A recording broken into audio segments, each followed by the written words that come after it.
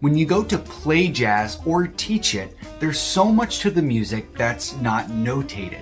And I'm not talking about improvisation. I'm talking about swing, articulation, the way we phrase notes. My name is Quentin Walston. I'm a professional jazz pianist, composer, and educator, and I'm here to break down some of the difficulties about jazz phrasing and jazz notation. By the end of this video, you'll be able to make perfect jazz phrasing, articulation, and rhythm, even if it's not notated in the score. The first thing that I want to talk about is the core rhythm of jazz. This is called swing.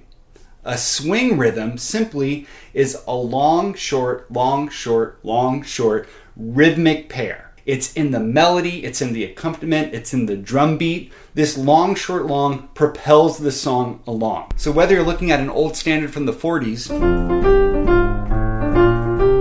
or you're teaching improvisation,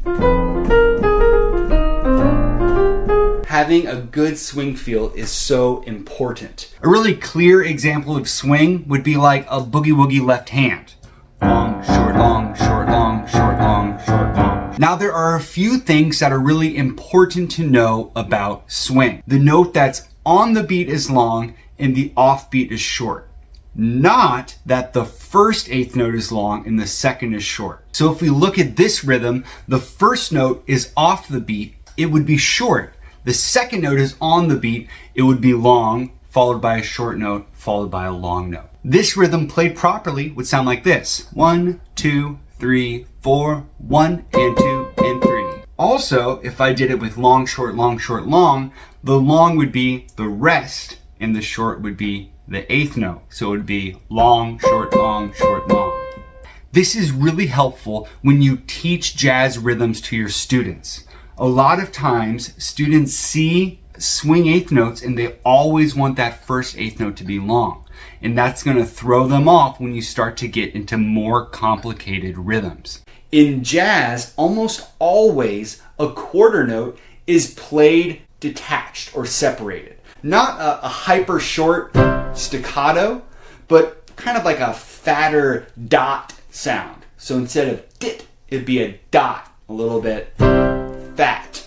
So dot. Eighth notes are almost always played slurred unless otherwise notated, unless you see a staccato or something like that. Jazz musicians always have a legato phrasing when they're improvising their eighth notes or when they're playing them, of course, unless otherwise stated. You can hear this in like Charlie Parker's Billy's Bounce.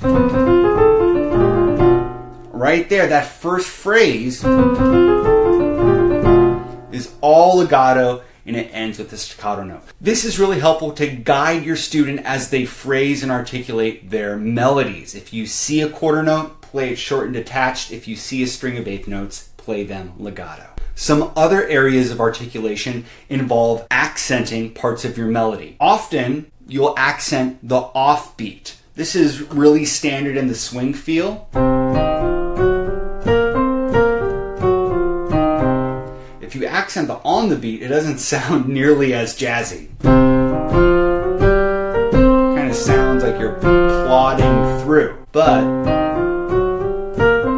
accenting those offbeats give it a really cool push and pull. Now that's not always the case. Just like any rule, you're going to see exceptions. If there is a melodic peak, we want to accent that regardless of if it's on the beat or off the beat. If we go back to Charlie Parker's Billy's Bounce,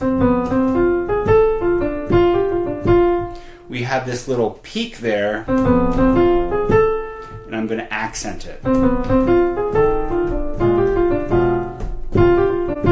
So we'll see that in jazz as well. As you listen to jazz, these stylistic articulations will become more inherent. They'll become more natural. If you want to learn more about these rhythms, maybe try them out with your students, I have a free rhythm guide below. It has a bunch of really cool jazz rhythms. It also has all these articulations and swing things that we talked about. It's for free. It's from my book, How to Teach Jazz and Improvisation.